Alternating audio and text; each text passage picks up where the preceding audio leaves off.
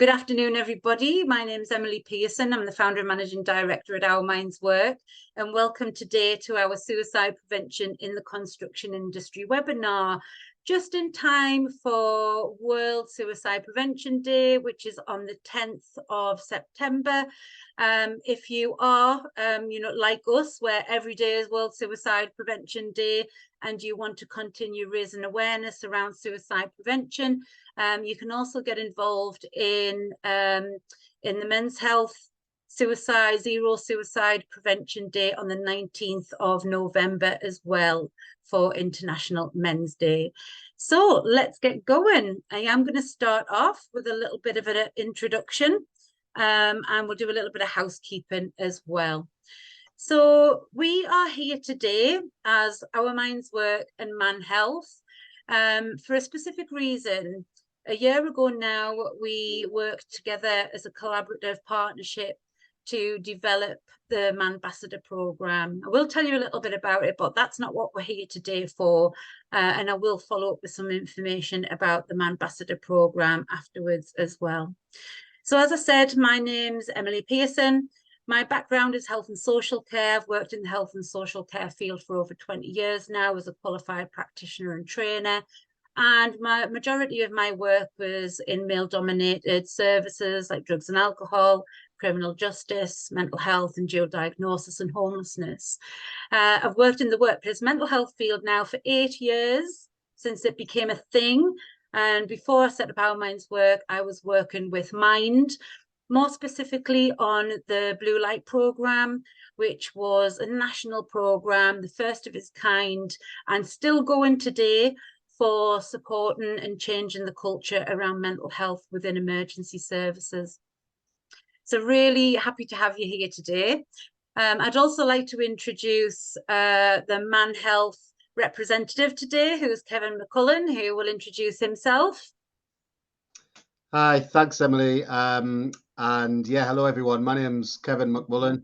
I work for ManHealth. ManHealth is a charity based in the northeast of England. We run peer support groups for men experiencing difficulties with a range of mental health conditions, as the sign says there, ultimately with a view to improving their health and well-being and prevent suicide prevention. So yeah, great to be here, and thanks very much. Thanks, Kevin. Kevin will be in the chat box, so feel free to ask him any questions about ManHealth and any of that type of support that can be available as well. So the ManBassador partnership, we came together and collaborated because what we found was when it comes to workplace mental health, there was a huge gap in services and initiatives for men in the workplace, particularly targeting the 5 biggest killers of working age men. And what we found through our research was, unfortunately, men are disproportionately impacted and die at much higher rates than women from the 5 biggest killers. So the ManBassador program is a peer-to-peer men's health and suicide prevention intervention for the workplace, and it takes a gender-specific approach to improving health and saving lives.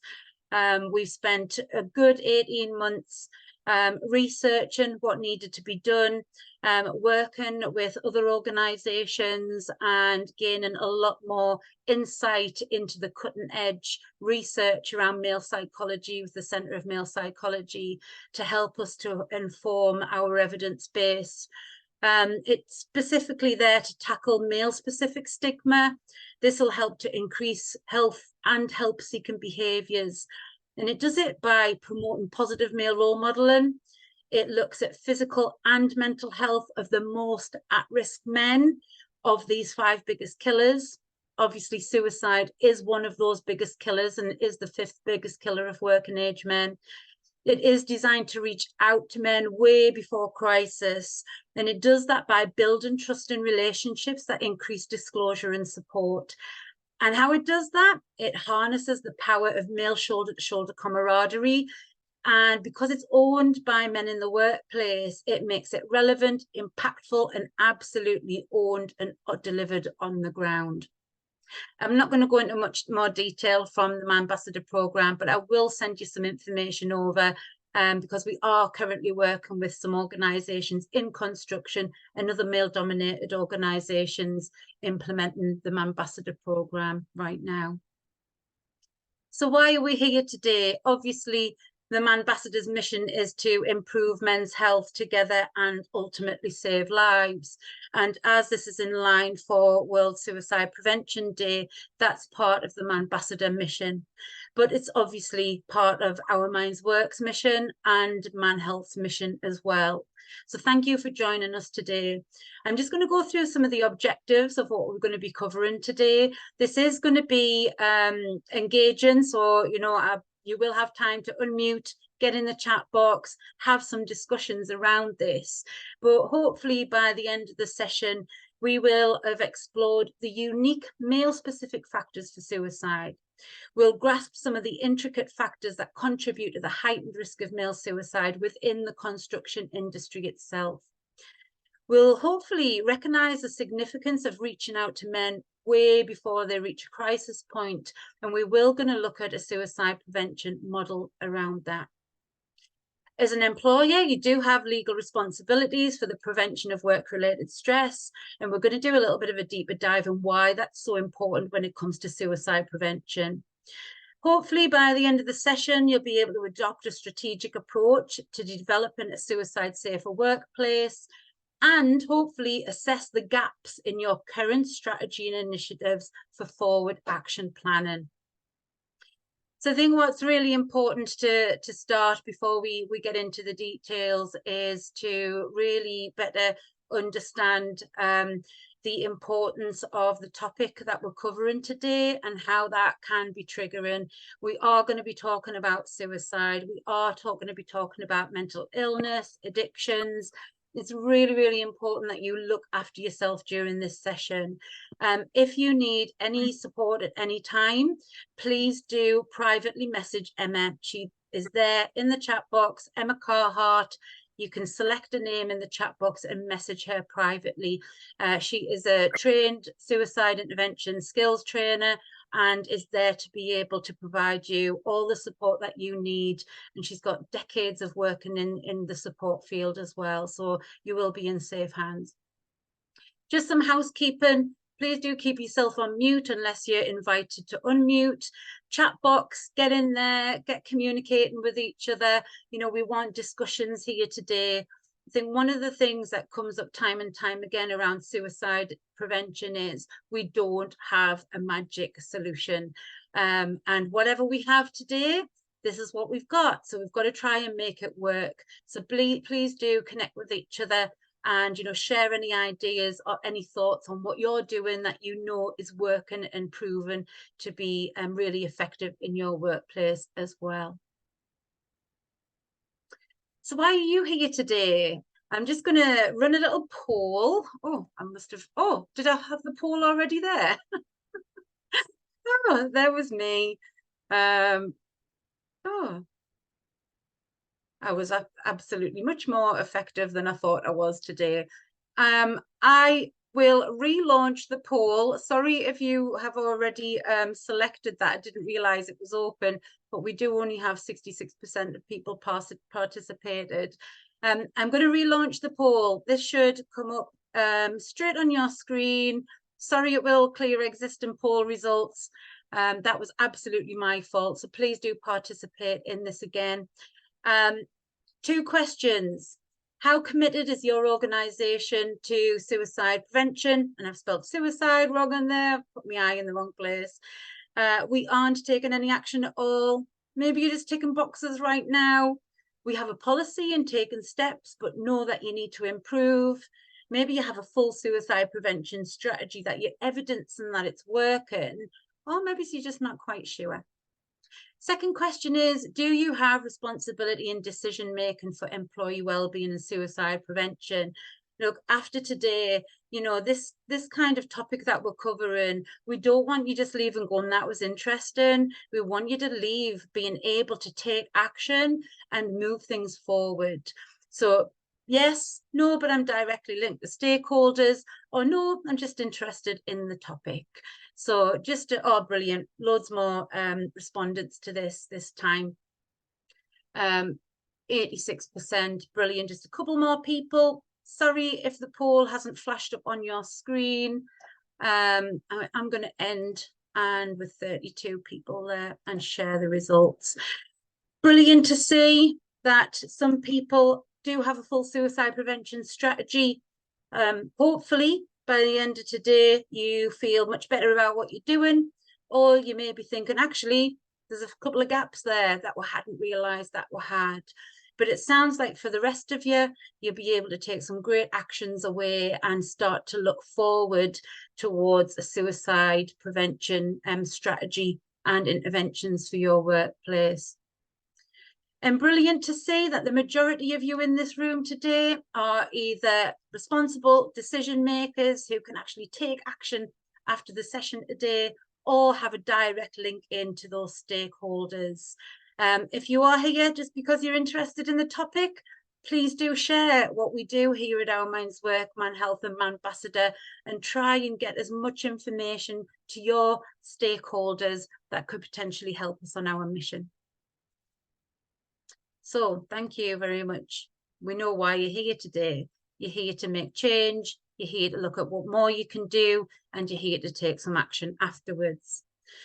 And one of the reasons why we're looking at construction industry today and why we're here is because what we have seen over the past 10 years or 8 years since workplace mental health actually became a thing, we have continued to see the suicide rates increase within the construction industry. And as we can see here through the statistics, they're pretty stark. So the number of construction worker suicides rose from 26 to 29 per 100,000 between 2015 and 2019.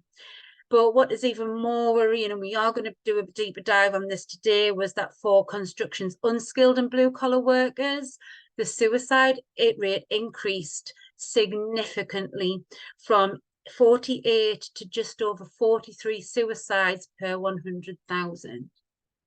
That is a huge increase. It's almost doubled. And if we want to start tackling these suicide rates within the construction industry, we need to understand this on a little bit of a deeper level. We don't know all the answers. A lot of what we're going to be covering today are going to be discussion points. They're going to be hopefully interesting areas that we can start to explore further.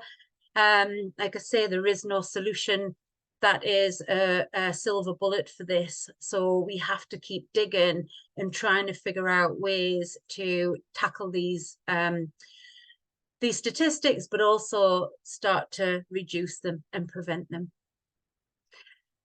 So not only do we know within the construction industry, the suicide rates are on the increase and are already really high, with the construction industry already suffering with the highest suicide rates per any other industry, not just here in the UK.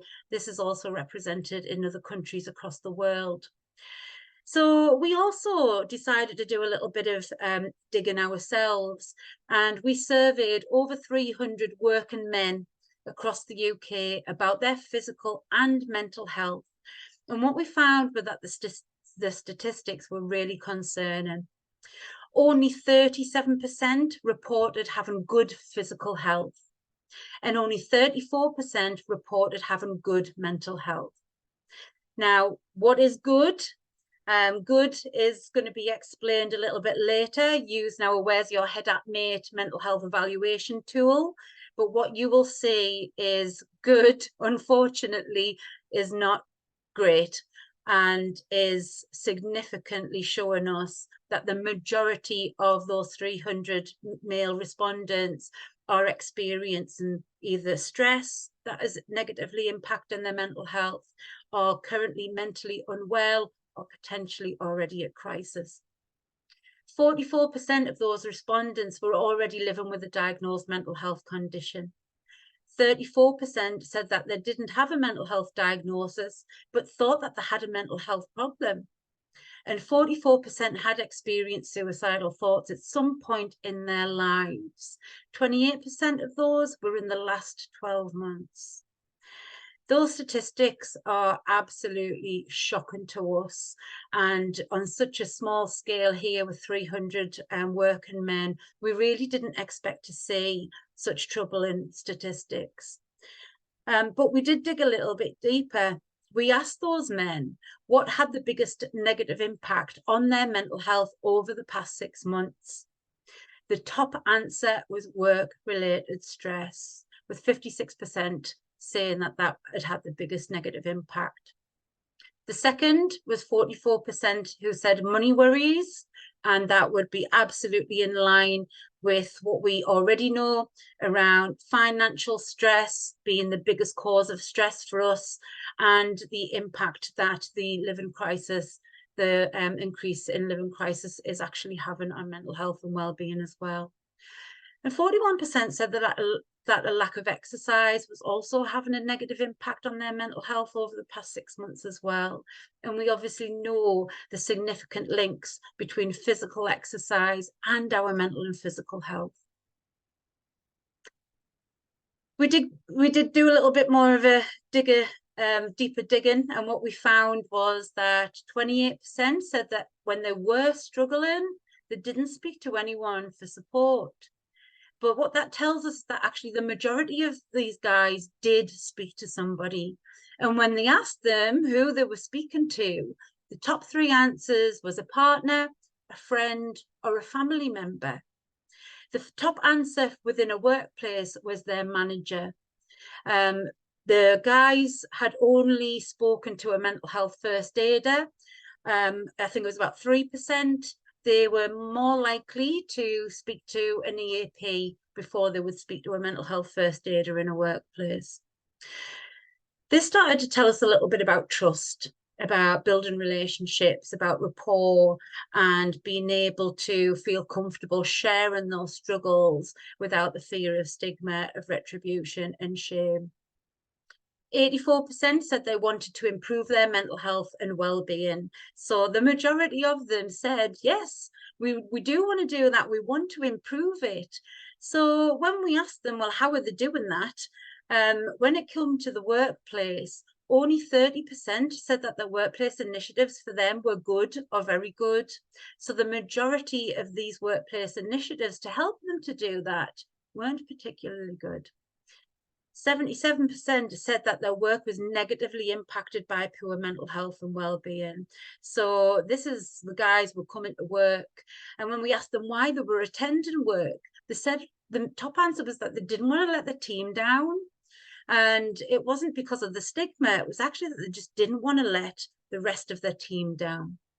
And when we asked them about how could we help them to improve mental health and well-being at work, the top answer was that they wanted better manager support, less work-related stress, and a healthier culture of work.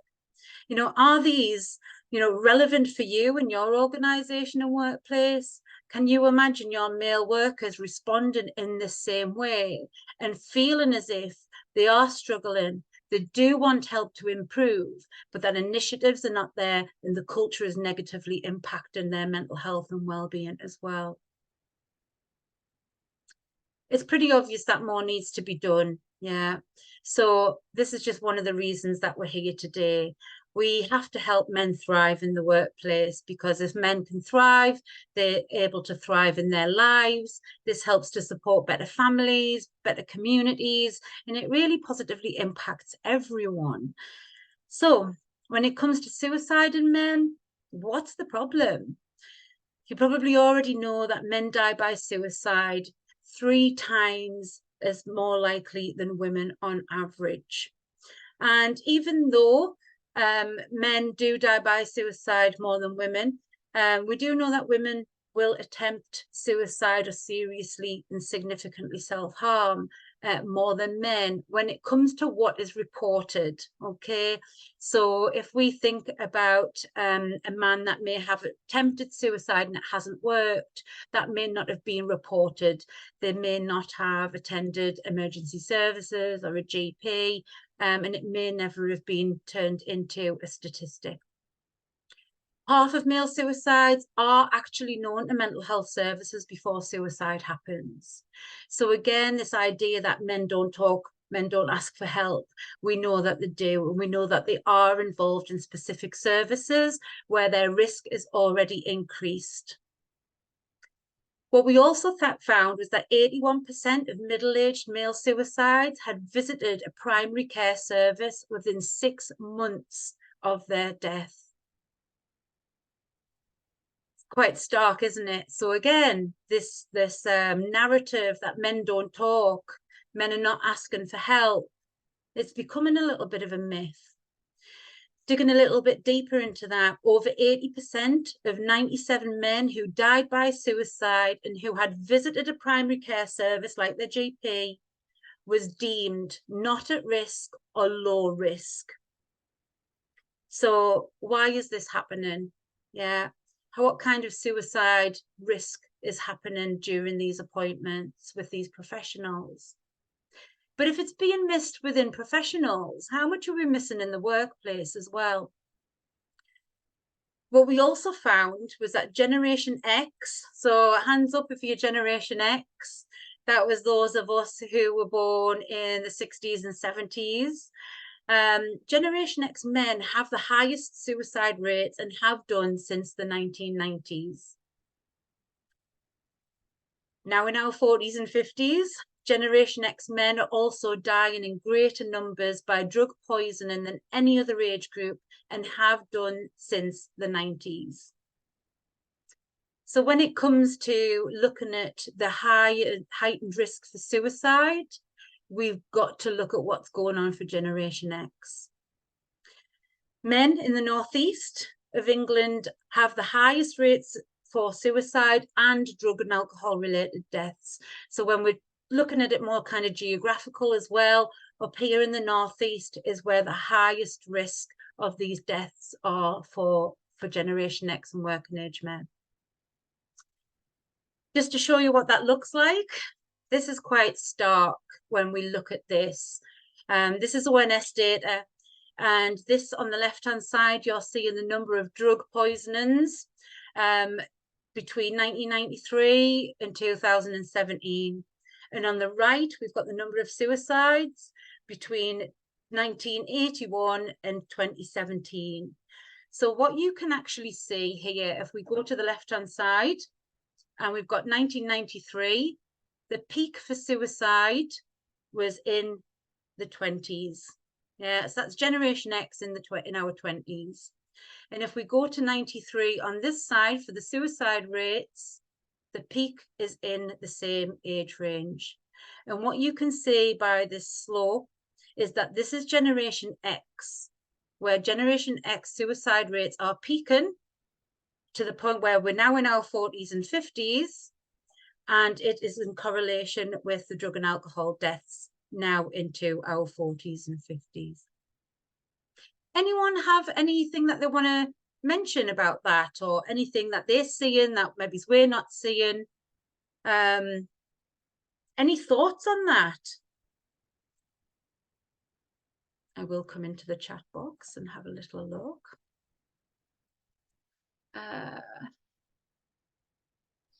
Charlie's just saying, Charlie UK mentioned, is just saying on the chat, I see the stats you're showing on drug poisoning. However, my understanding was that hanging was the main use by men. Yeah. So the stats for drug poisoning isn't suicide. So this is opioid use, alcohol use, cocaine use that isn't classed as suicide. So suicides on the right and deaths by drug poisoning, drug and alcohol poisoning is on the left. So they're two completely different things. Yes, you're right. Hanging is one of the main means. Poisoning is second, I think, within men anyway. But on the left-hand side, these drug deaths are not classed as the cause of the suicide, if that makes sense. They're two completely different things. Hope that makes sense. I hope I explained that. Any other questions in there, Emma? No, there's no other questions. There's just a couple of Okay. comments from Joanne saying Mhm. when you were talking about the statistics, Joanne's doing some research for a PhD around this to support men going into construction. Okay. The Excellent. research that we presented was showing. Excellent, thank you. And Kevin's mentioning there correlates a lot with what they see at ManHealth and the peer-to-peer support groups. And we see this, this is one of the reasons why we have dual diagnosis services, which I worked in for a few years. And dual diagnosis is people with addiction problems, struggling with addictions, who also have a mental health problem on top of that. And we are, as we can clearly see here, seeing that Generation X is particularly having a big problem with this. And what is even more worrying with the drug and alcohol side is what you can now see as Generation X are now in their 40s and 50s, we are seeing much higher rates of deaths than what we saw in the 1990s. So, this could be potentially Generation X who are now living with problematic drug and alcohol use and leading to, significant issues around that as well. The reason why I've put this up there and just asking you to think about this in a little bit more detail is because obviously why suicide in construction? Why are we here? It is the perfect storm of risk factors. So if you think about construction as a workforce, you have a significantly large male-dominated workforce.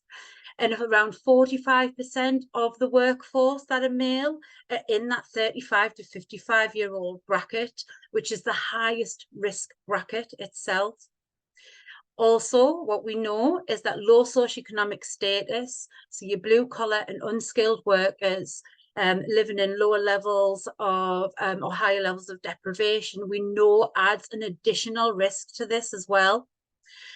Financial distress, which we know is being reported, and within construction, financial distress can be impacted by the hazards of working in construction itself, being paid on time. You've got occupational hazards within the industry as well, high levels of bullying and other work-related stresses, which we're going to look at.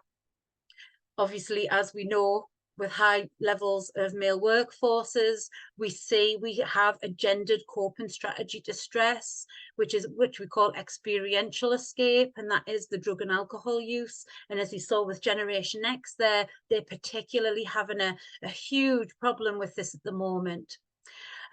Male-specific stigma and quite a macho culture, a lot less general health risk assessment, less general health education, awareness within the sector as well, and barriers to help and health-seeking behaviour.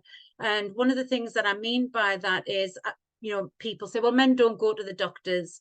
What the research shows is that men do go to the doctors, and they go to the doctors the same amount of time as women do once they reach retirement.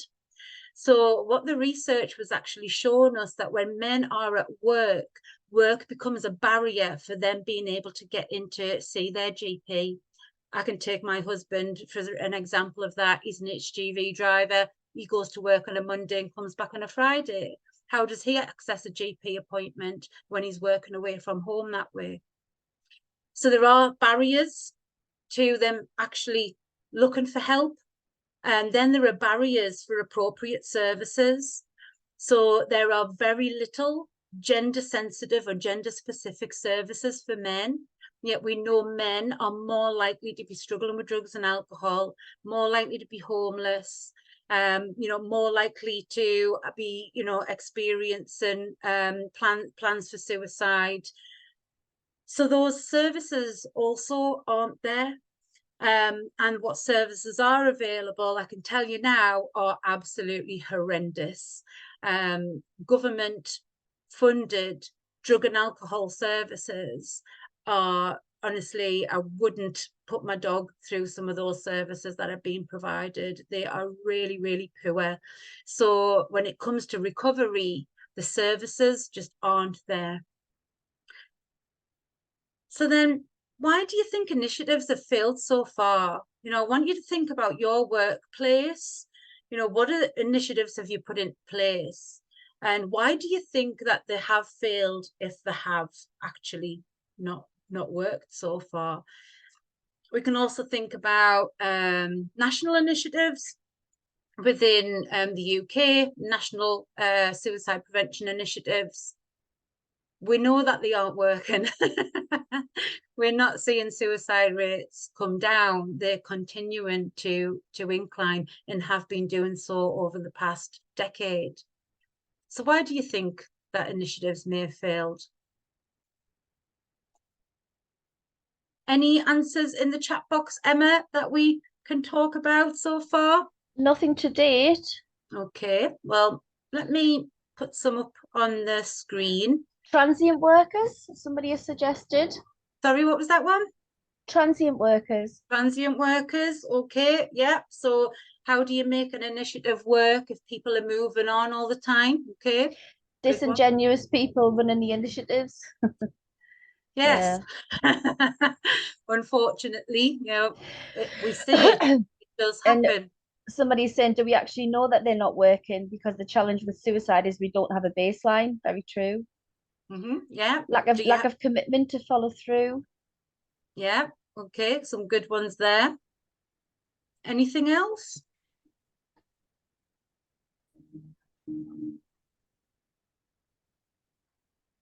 Okay. Well, let's have a little look. What we have found over the past couple of years of working in suicide prevention within the workplace setting is most of the initiatives are reactive rather than preventative. And I'll show you the model and we'll explore that a little bit further. They mostly rely on men reaching out at crisis. They are also often not developed based on the research of what men want from health initiatives. They're kind of done to them. He's a mental health first aider to talk to men. Did I ask for that? Would I speak to a mental health first aider who I don't know, who I don't trust? Poorly implemented initiatives, I think that was also mentioned as well. Most men in the workplace are not engaged in initiatives as well, and there was some great research done by Vitality about this, was that the majority of men in workplaces were not engaged in workplace initiatives, and when they asked them why, it was that they felt that they just weren't relevant for them, they weren't targeted to them. They're not delivered as a strategic approach to suicide prevention. This is both nationally and across the industry and even organisational wide. And obviously, suicide, we can clearly see it is also a gender-specific issue. So we are not seeing gender-informed or targeted approaches around as well. And you've mentioned some more there. You know, do you agree with any of these? Is there any that you don't agree with? You know, feel free to put some comments in the chat box. Ryan's just saying, just to pick up on that, Emily, Ryan's just saying, according to Samaritans, the current approaches and initiatives to tackle suicide in men do not address the specific psychological factors associated with suicidality in men, which is what we've seen, isn't it? Definitely. Yeah. And there was a couple of other on the back of that, saying that the reason why they don't work is lack of credibility, time, people to volunteer as a point of contact, no joined up approach, and mental health support for men is not currently targeted, relevant, or effective for men, not just across the. Yeah, thanks, Emma. Yeah, there's so much in there, isn't there? There is so much in there. You know, thanks, you know, Ryan, we actually will be talking about, well, what are the triggers? Why are men taking their own lives at such a high rate, especially within this Generation X, that we know, we've seen that very, very clearly through ONS data. There's something going on there.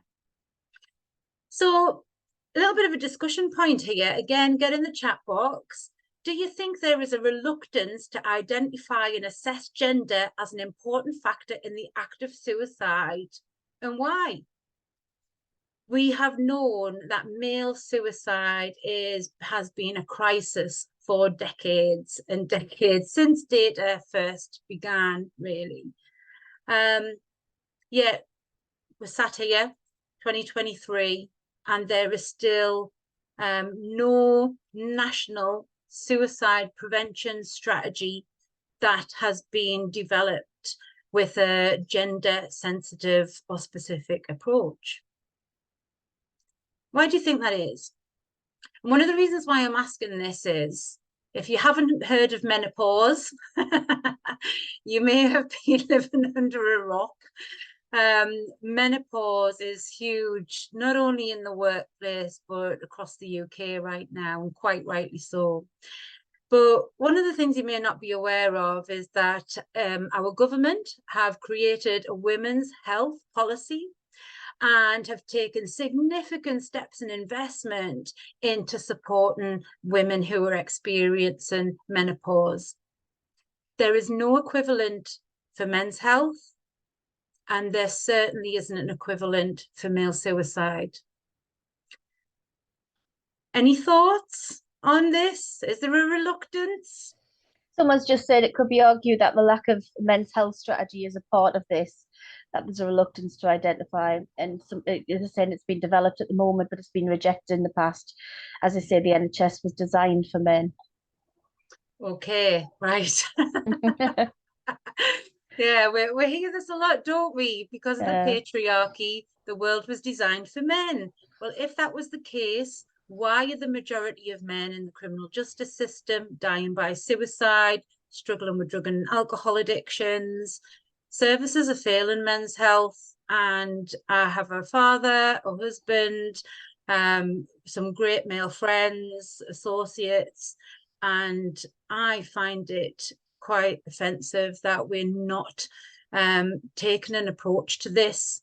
And ultimately, I do personally think that there is a fear, and just wondered what your thoughts were around that. Around, is there a fear? Is there a fear within your workplace to talk about investing in men's health? Alex is just in on the chat there, Emily, just tied into that. Yes, as a result, reluctance we have found promoting what we are doing is being criticised by women, as there isn't anything similar for women in the Southwest.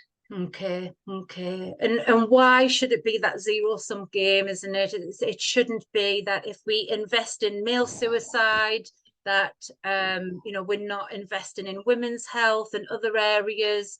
And this is about equality, isn't it? If you are an organisation that has equality and diversity on your agenda, then surely that should cross over to your mental health and well-being and your suicide prevention strategies as well. It should be a level playing field for everyone. So why do we need a gender-informed approach to suicide prevention then? I do have a little bit of a video to show you from the Centre of Male Psychology, and I do recommend that you check out their website, follow Dr. John Barry on Twitter. They're doing some amazing stuff on better understanding male psychology, which has never been done before. So again, if the NHS was designed for men, psychology definitely wasn't. Psychology and the mental health conditions that are put out there in your mental health first aid style training and initiatives are often based on female representation rather than the specific and unique experiences of men. And the majority of people who work in psychological services are also women. So, do we need a gender-informed approach? Let's have a little look.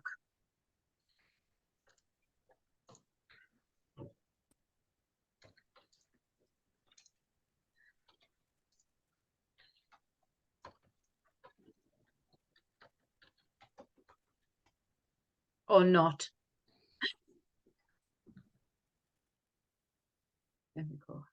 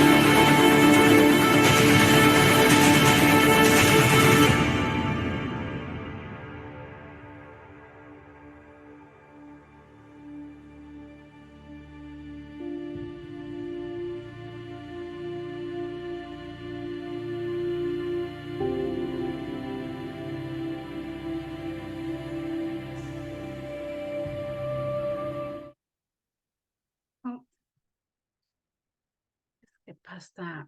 I always find that really powerful, no matter how many times I watch it. You know, both men and women are exceptional when we're able to thrive. And unfortunately, when we don't have that ability to do that, we see some of the problems that we're trying to face today.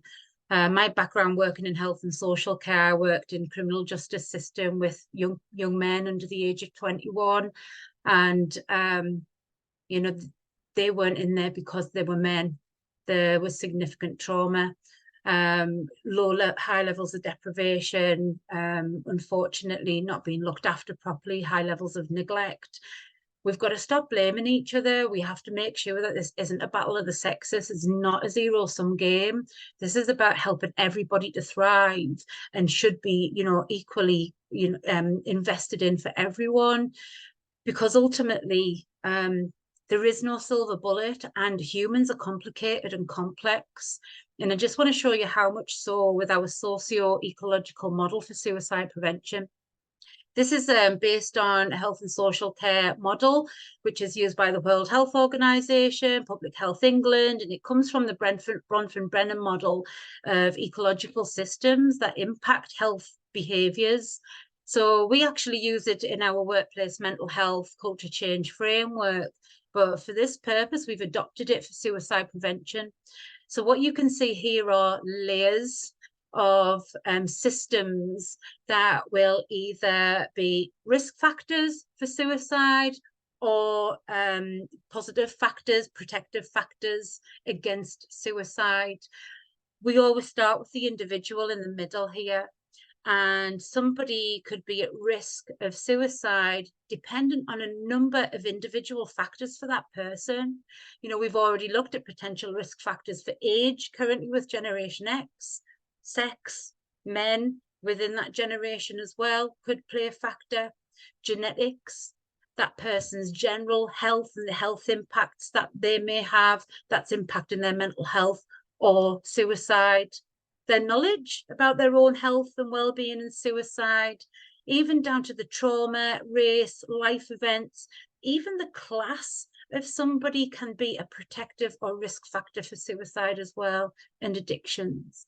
So even on an individual basis, that can be quite complicated and complex.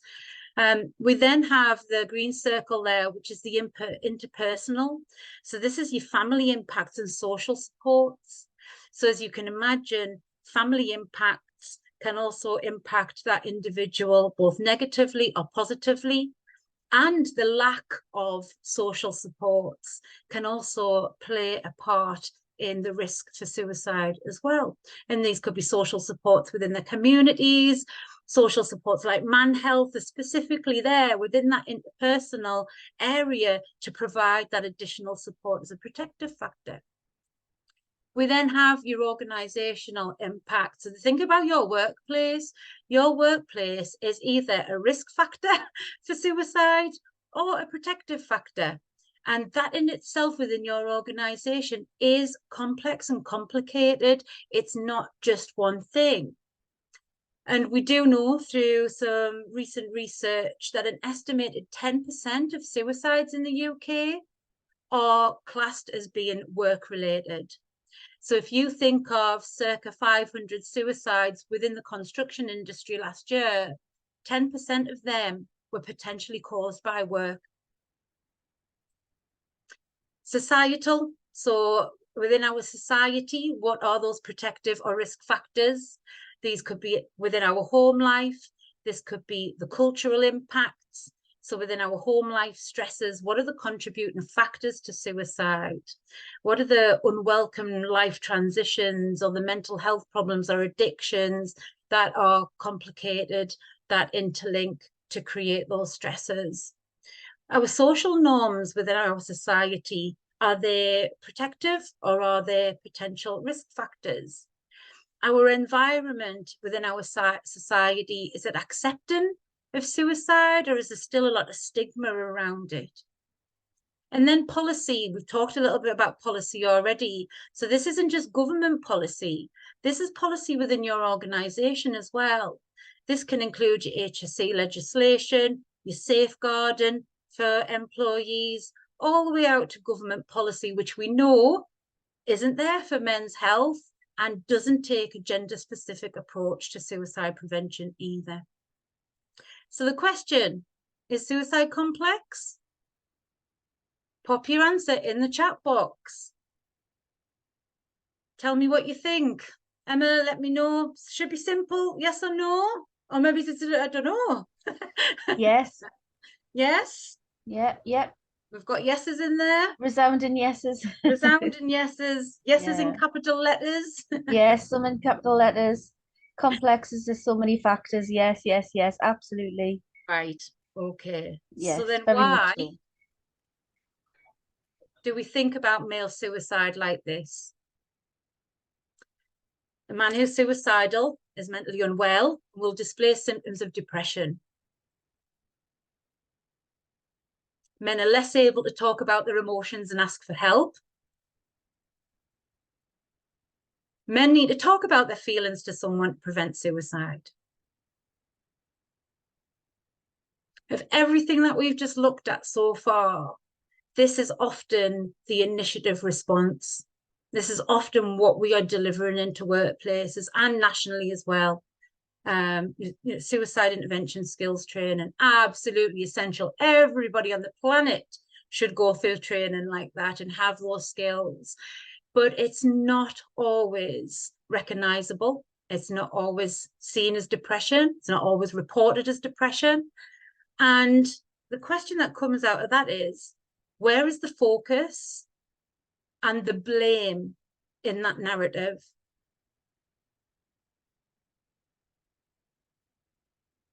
Where do you think the focus and the blame is in that narrative? Any answers in there, Emma? Steve's saying sometimes it's the only way that people can take us seriously, and quite often too late. Okay. And Joanne's saying again, my interviewees were able to articulate their emotions. They were able to articulate their emotions. Yeah, yeah. It's a bit of a false narrative, isn't it? The blame on the individual, on the men, society. Yes. The blame is on all of the man at risk suffering men. Yeah. Yeah. Absolutely. And, you know, we don't see that anywhere else. This narrative is a blame on the men, and it's the men that need to fix themselves. Men, you need to ask for help, to get help to stay alive. And if you can't, it's because of your masculinity that then needs fixing, rather than actually, this is a societal issue. And that societal issue includes everybody. Yeah, not just men, not just women, not just the government, not just your workplace. It includes everyone. Yeah. If you look at, sorry, Emily, Emma's just saying in the chat there something that we've noticed as well, is that in men, depression can manifest as aggression or substance abuse, which can provoke workplace blame. Yeah. For men. Yeah. It's about Absolutely. how it manifests, isn't it? How it manifests in behaviors. Yes, absolutely. So I've got a great quote here actually from Dr. John Barry at the Centre of Male Psychology. The Centre of Male Psychology is actually an official part of the British Psychological Society, and it's only been around for a couple of years. So that just shows you how new understanding male psychology actually is at the moment. But I think what he says is pretty beautiful. We must stop blaming men for not seeking help due to characteristics or deficits in themselves, rather than to characteristics or limitations of therapy, services, and interventions provided. Yeah. We haven't done that for women when it comes to menopause. It hasn't been, well, women, you just need to go and, you know, fix your own menopausal problems. We've made huge movements for government change, for policy change, for making sure treatments and therapies are available, education. Even Davine has been all over the telly because of this stuff, and quite rightly so. So why are we seeing this different angle and narrative when it comes to men's experiences of suicide? So then what do we know? We know that the current approach doesn't tackle the root causes and isn't working. We know that. Suicide is a symptom or outcome of a buildup of problems and suffering.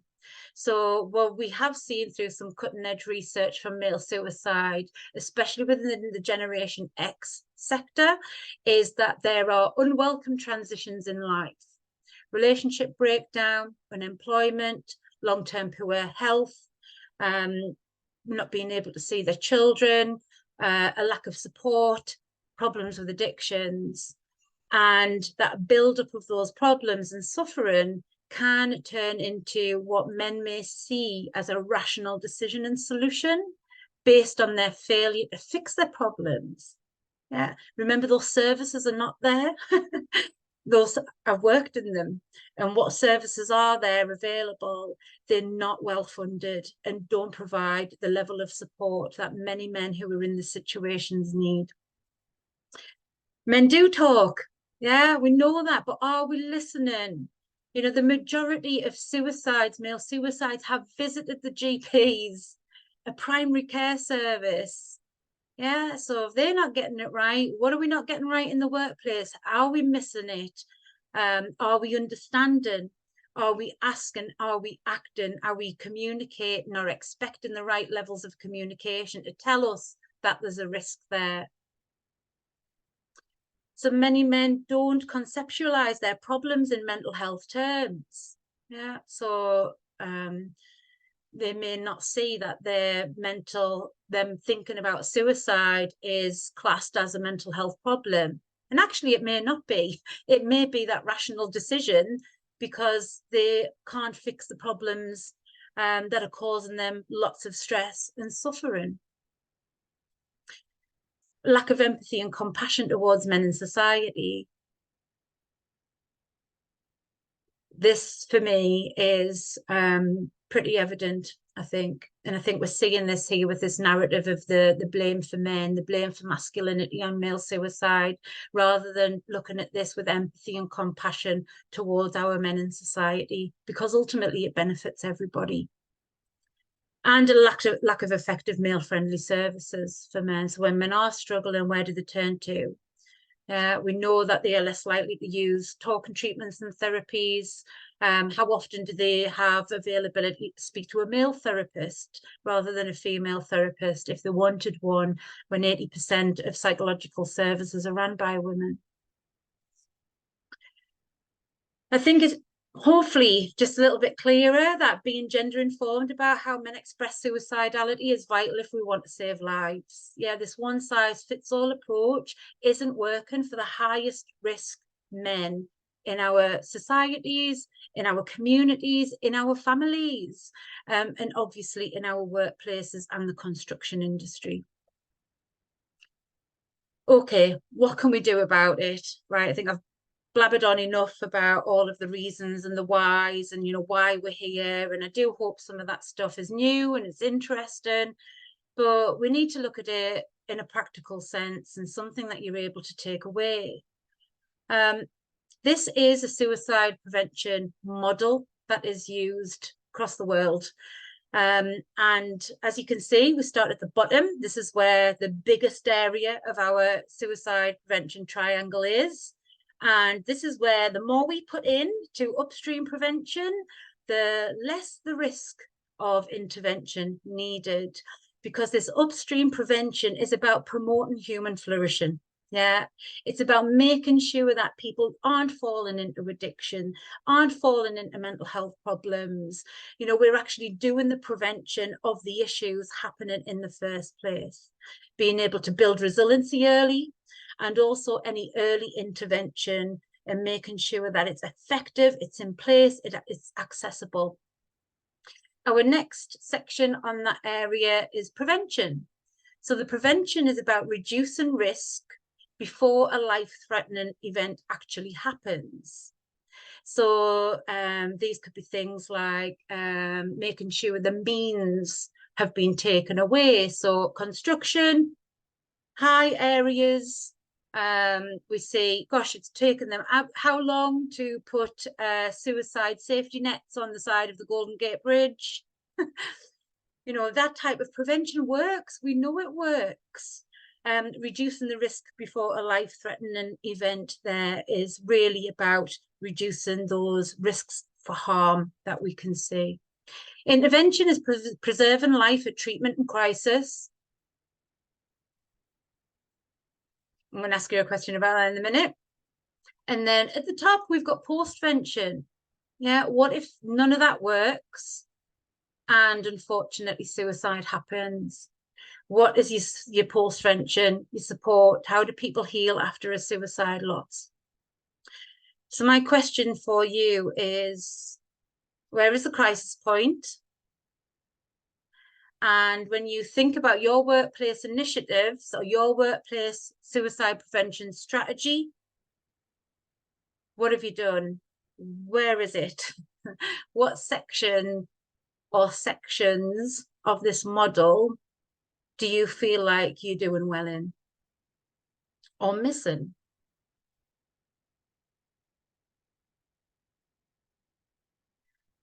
Emma, any comments?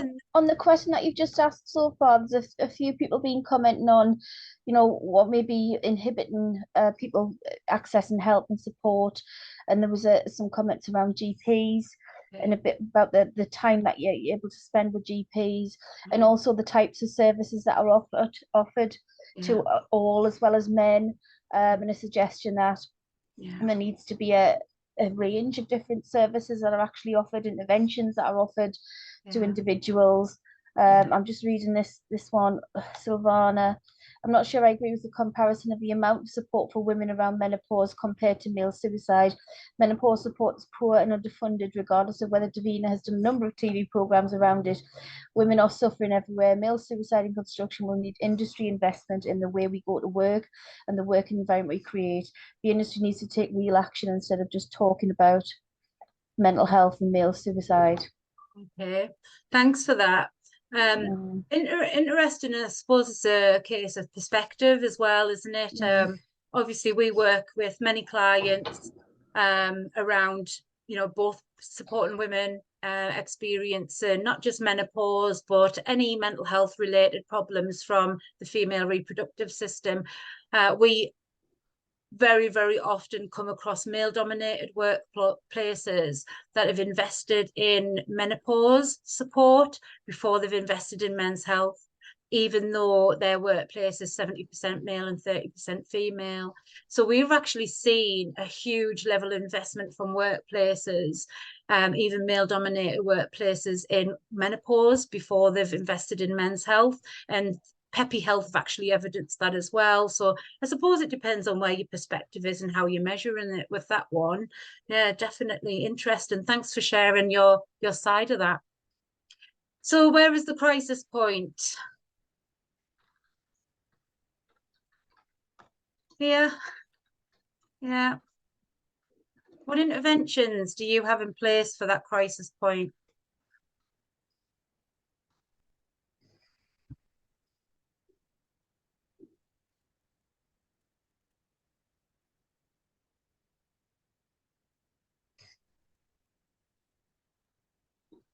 What opportunities might have been missed? I'll take us back to the first poll that I ran and asked you about what was your level of commitment within the organisation around this. And quite a few people said ticking boxes. We had some people who said we've got policy, we've got strategy in place. Where do you think you can compare what you're doing now to a model like this within your organisation?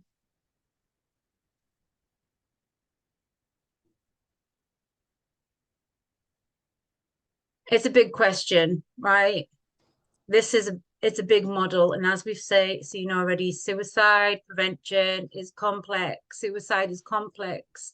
It is multi-layered. It is multifaceted, and what we have seen is a huge investment in mental health first aid style training courses, which is here. Yeah, we've got a few people suggesting that the interventions need to be upstream.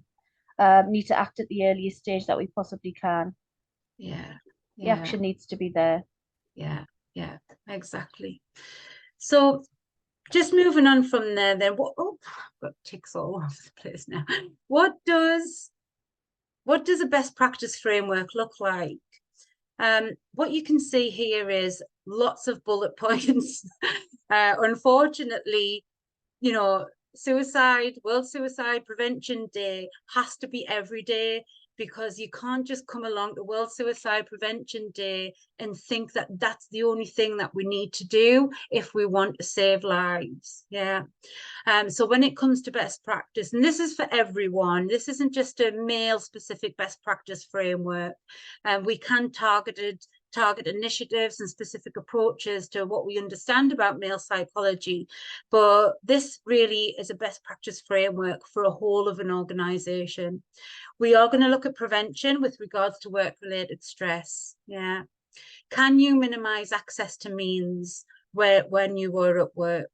Depending on where what your industry is. Obviously, this is construction. There may be access to means easily available. These may be different for different industries as well, like access to drugs through medication, access to poisoning and guns within agricultural. How do you make effective support services easily available? Yeah, so it has to be available for people. And they also have to be effective for people as well. And what I do want you to think about is, within your organization, are you making sure that your drug and alcohol policy and support is looked at as a health implication and really overlapped with your mental health and suicide strategy as well? Because they do very, very often, they're not coming hand in hand. How are you tackling stigma and cultural problems? Have you developed an effective drug and alcohol support policy? Safeguarding policy. Many companies don't have one. We often recognise safeguarding for children and young people, but if you were an organisation that has apprentices as part of your construction in your construction workplace, if you have school leaver apprentices and one of your apprentices goes and speaks to a mental health first aider and discloses something that could be a safeguard and risk, and it isn't followed up and that young person isn't safeguarded, this is a new level of safeguarding for people, because it is a legal requirement to safeguard children and young people. So think about safeguarding within your whole organisation, not just apprentices, but obviously safeguarding people from significant harm to themselves or others. Crisis management, critical incidents, whatever you want to call it, safeguarding incident, how are they managed? How are they reported? Who's reviewing them? You know, just as you would with a physical health and safety issue, making sure that everyone knows how to recognise and respond to a concern. It has to be everyone, including individuals, being able to recognise it in ourselves, our colleagues, managers with managers with the team members, or even with customers and clients as well. We know that managers are in a particularly sweet spot for being able to know if one of their colleagues' behaviour or mood or productivity or work output has changed, which could potentially trigger concern. So are managers effectively skilled with the right skills, tools, and the confidence to actually approach these conversations and keep people safe? Your peer-to-peer support program, you know, that social aspect of peer-to-peer support, mental health first aid style initiatives, they can be effective if they're delivered in the right way. I don't believe personally and professionally that putting people on a 2-day training course and then sending them back out there to prevent suicide works. And it actually creates more safeguarding risks for the organisation and your people by just doing that. So it has to be effective as well. What education and tools do you have for individuals? And also your post-vention planning.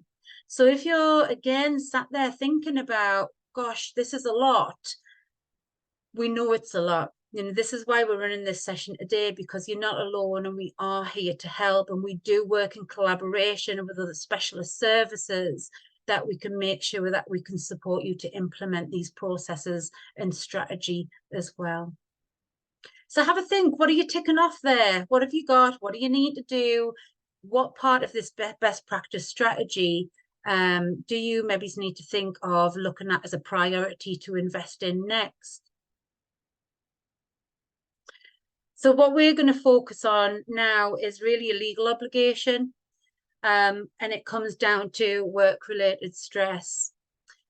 Preventing work-related stress in construction, it is a legal requirement, and it has been since 1999. So the majority of companies we come across are not effectively preventing and managing work-related stress. What we do know is that an estimated 10% of suicides each year are work-related. Yeah, so again, mentioned that to you before. You can work that out in numbers within the industry. It is an employer's legal duty of care to protect the health, safety and welfare of their employees. Yeah, we all know the Health and Safety at Work Act pretty clearly. This includes your psychological safety and the protection of people's psychological health.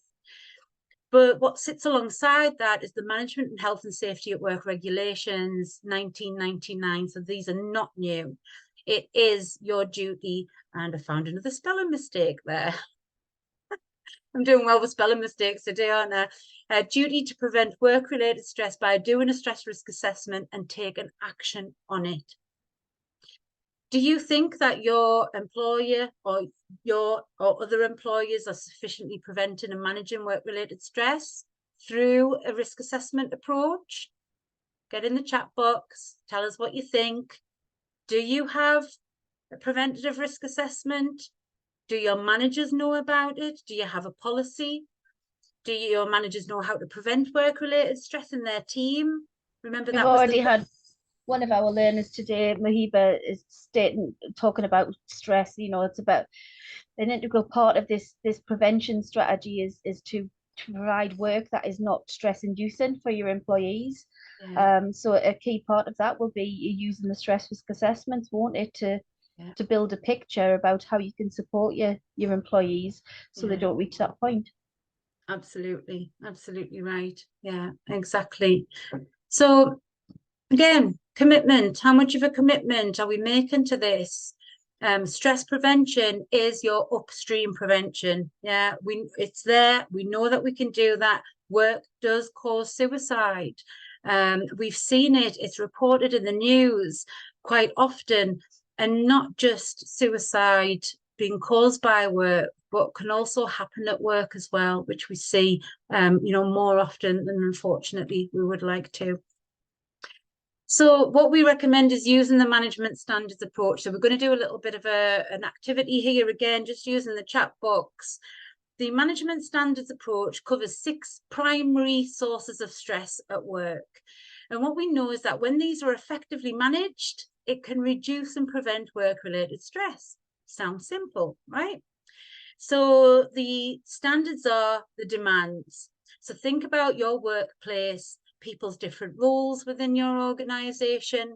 What are the demands that could be causing them work-related stress? Their workloads, their work patterns, even the work environment that they're working in. The next one is control. How much say the person has on the way their work will impact their levels of stress, especially when they have a lack of control, micromanagement, and they're not able to work in the way that they need to. Support. How much encouragement from line managers and colleagues are there to create that community within their teams? We know that support is one of the biggest factors for building resilience with people and within teams, knowing that there is a culture of encouragement and support. The relationships. We know people don't leave companies, they leave bad managers. Relationships between people, not just between the manager and the individual, but conflict within their teams, bullying issues, harassment, and just a lack of positive working can cause a lot of work-related stresses for people, especially when unacceptable behaviour isn't being dealt with. The role. Do people understand their role, how it fits in with the wider organisation? Are we making sure that there's no conflicting roles that can cause stress and demands on people? And change.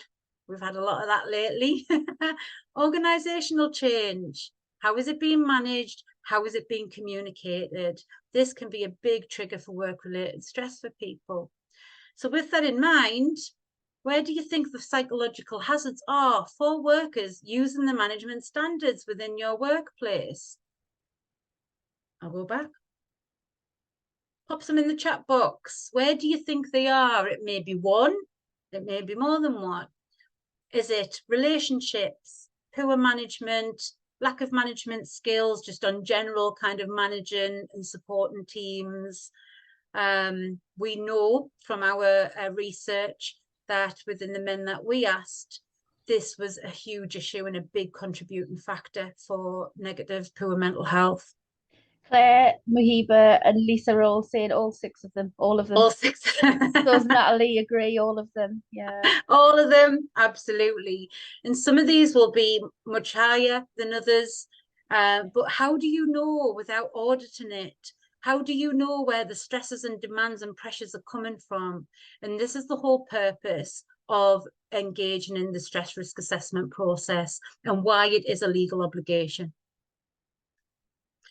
I will be going to follow up with an email with some little links in that you can follow for more information on the management standards approach as well and risk assessments. So we've only got 10 minutes left. I've got a big question before I go into your postvention, because hopefully everything that we've done up till now has given us a better of an understanding of, within the construction industry, what are the unique risks that we need to think about when it comes to the work-related stress, the demands, the pressures, and your legal obligation to prevent those. But then also your male workforce, the aging workforce, where are they at particular risk, your low-skilled, your blue-collar workers? And then how do we actually engage with them? What things do we need to do to actually reach those men way before they reach crisis? Because ultimately where we're at now is at the point where a crisis may be imminent.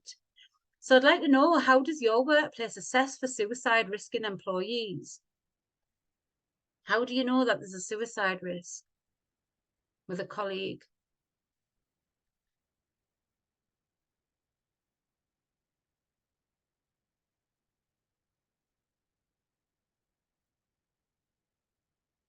Is it all down to mental health first aiders?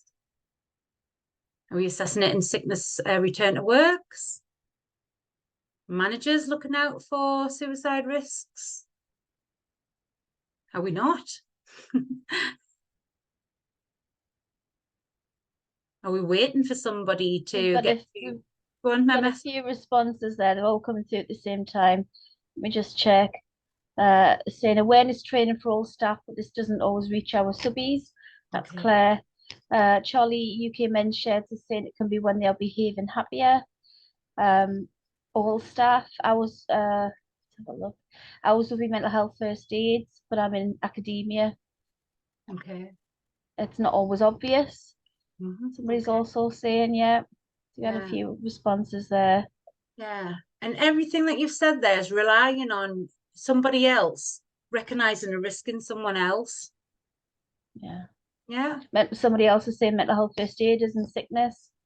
Okay. Yeah. And it's also going to rely on you recognizing, like, what are you looking out for? What are the signs? What are the symptoms? And what if they're not there? So one of the things that we did develop as part of the ManBassador program, we do deliver this in all of our mental health training for managers as well, is self-assessment tools. So I do recommend that you have a little think about this. You know, how are you actually assessing for suicide? You know, it's not good enough just to rely on other people looking out for other people. We've got to be able to give people the tools and empower them to use them so that they're able to keep themselves safe as well. So the Where's Your Head At Mate tool is a really, really simple tool on how to evaluate your mental health using an easy traffic light system. So remember at the start when I showed you the stats, only 34% of our 300 male respondents said they had good mental health. So that's only 34% were in the green, me on a good day. Yeah. Everybody else was somewhere along this continuum. Yellow is reacting to stresses, and these may be the symptoms that that person feels that they can relate to. Unwell is experiencing symptoms of what we would class as a diagnosable mental health problem. They've lasted for longer than 4 weeks and are not going away. And the red section is somebody who's potentially at crisis. But that doesn't necessarily give you a risk of suicide, but it can help us to identify, or can help an individual to identify where they are on that continuum, and then know where they can get help. What are the things that I can do to look after my mental health? Who do I need to speak to? What actions do I need to take? How do I get some help? But then beyond that is our suicide risk self-assessment tool. So as you can see here, we've got low, moderate and high risk in the middle. At the left, we've got what are my risks? And at the right, we've got actions I need to take. So very, very quickly, in the space of 60 seconds, you will have all been able to recognize what color was I in there? Was I in the green today? Was I in the yellow? Was I in the red? Was I in the orange? And then very quickly be able to look at, okay, I am feeling overwhelmed. Yes, I'm definitely in that red area at the moment. I am having thoughts of suicide and dying. And actually, I do feel like I want to die, but I don't have a plan. There's no intent. There's no means. There's no preparation. How simple is this? These are two of our tools that we need to get out there to people. It can stimulate an action to take. It can also empower them to share it with somebody else and point, I'm here. But it can also help conversations as well between two people. So if I was, one of our mental health or ManBassadors using this tool like this with a colleague, where's your head at, mate? Actually, I'm in the orange. I'm really struggling at the moment. It's not good when you're feeling like that. I just want to ask you, have a little look at this. Where do you think that you're anywhere on the left there? No, I'm not feeling any of that at the moment. Great. Or actually, yes, I am. This is a super simple way for self-assessment that I feel is absolutely missing, not just missing in workplaces, but also missing in GP surgeries, A&E, health services, drug and alcohol services. This level of brief intervention for suicide risk assessment isn't being done. And I do feel that if we can do more of this, it may help to, especially in those high risk areas, to look at getting people support much earlier. So we've talked a lot about your proactive suicide prevention. Yeah, it can reduce the risk of suicide. We know that. We've got two tools there that we feel, will be absolutely beneficial for everybody to be able to use and know about. However, we also need to be prepared to deal with any tragic incidents that do happen. And this is a next question for you. Do you have a post-vention plan in place as well? Or are you just waiting for something to happen and then deal with it as and when it happens? The last couple of slides just take us all the way through to the end and post-vention. 3 things to do. Be prepared. Don't just wait for it to happen. Second one, when suicide actually happens, how do we respond? And the third one, the legacy phase. Yeah, how do we make sure that there is a legacy left behind from the loss of a colleague? Number 1, be prepared. Yeah, get mental health on the agenda. Do that upstream post-vention. Prevent your work-related stress. Make mental health and well-being something that you're promoting as individual flourishing. Make sure you've already got a crisis management, you're risk assessing, you've got manager training, and you know how to communicate about suicide. So you already know all of these things that we need to do, and we're in preparation stage. We've got everything in place in case it does happen or to prevent it. Number 2, when suicide happens, so think about how do you manage a critical incident or you may call it crisis management. How do you make sure that it's done sensitively and there is support for those affected by it? You must speak with the family. You know, they may be, you know, absolutely, they will be absolutely devastated by this. They may not want you to put communications out about it, especially if it's not clear suicide. And we need a coroner's inquest to actually say, so putting information out about that person may not be the right thing to do. And what if there has been a suicide actually in the workplace? This happened not so long ago down in London, where unfortunately a young man was found in his offices at work. It happens. Like, don't just sit there waiting for these things to happen. Make sure that you have a post-vention plan in place as well. We've got to be aware of contagion. There is a risk of contagion, especially so with famous people who have died by suicide.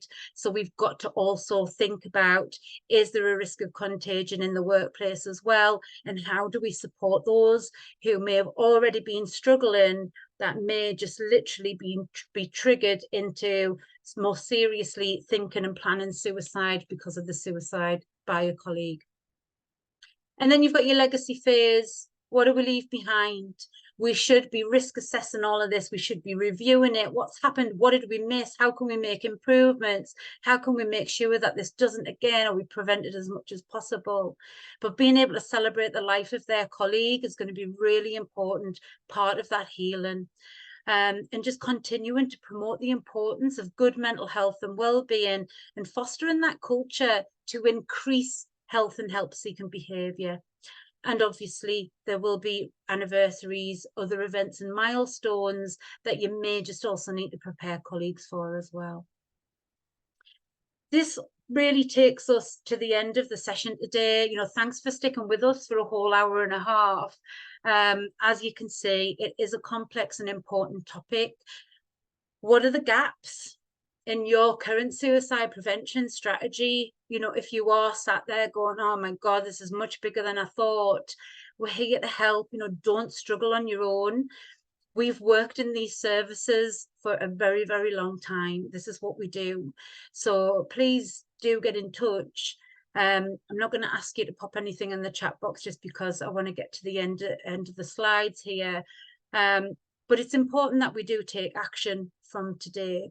So this is how we can help. If you sat there struggling, you're thinking this is a little bit too much for you and your role or for your organisation, do get in touch. We can help to provide safeguarding policy and the infrastructure for your organisation. But also this can include a blueprint for your mental health first aid style initiatives, making sure that you've got compliance, governance in place, you're monitoring, there's a clear escalation process, you know how to report safeguarding incidents, and, you know, really make sure that the organisation and your colleagues are all safe. We can help you with work-related stress auditing and risk assessments as well for work-related stress. We also provide manager training in preventing work-related stress and supporting colleagues' mental health. And we do take a unique gender-sensitive approach. It is male-friendly information, but we also cover how women and transgender people are differently impacted by mental health as well. Suicide intervention skills training and a toolkit, which includes the Where's Your Head At Mate tool and the risk assessment tool as well. So, you know, and that can be for anyone, absolutely anyone within a workplace. I will send you some information out about the ManBassador program if you are looking for a more gender specific, male friendly approach to initiatives in your workplace. And you may think about exploring mental health and well-being on a bit of a broader scope for your male workers. We do have the Blokes, Brains, Balls and Brawn session, which covers the 5 biggest killers of working age men, obviously recognising signs and symptoms, how to get help.